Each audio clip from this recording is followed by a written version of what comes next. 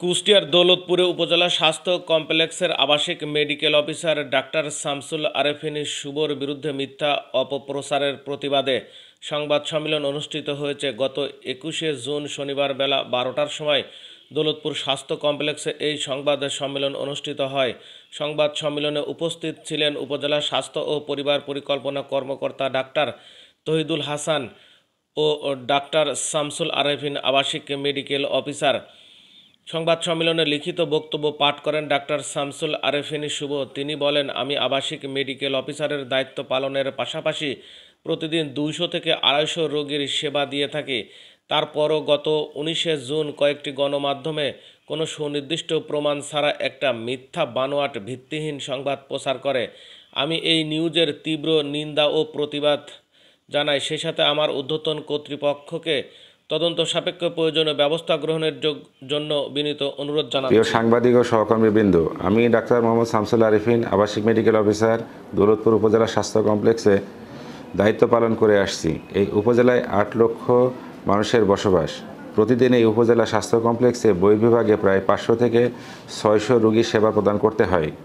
এই হসপিটালে সব মিলিয়ে 35 জন চিকিৎসক থাকার কথা থাকলেও সেখানে আছে মাত্র আমরা আছি 7 জন।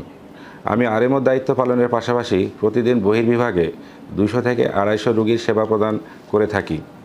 তারপরও গত 19/6/25 ইংরেজি তারিখে দেশ টিভি সহ কয়েকটি গণমাধ্যমে একজন সাংবাদিক কোনো সুনির্দিষ্ট প্রমাণ ছাড়া একটা মিথ্যা বানোয়াট ভিত্তিহীন সংবাদ প্রচার করে। সেখানে উল্লেখ করা হয় এবং দেখানো হয় আমি ডিউটি টাইমে আমার রুমে নাই, কিন্তু আমি 19/6/2025 তারিখে অফিস করেছি এবং বহির্বিভাগে রোগীদের সেবা প্রদান করেছিলাম। কিন্তু তিনি আমার রুমের বাইরে অপেক্ষমান রোগীদের ছবি এবং অন্য রুমের ভিডিও প্রচার করে বলছে যে আমি রুমে নেই।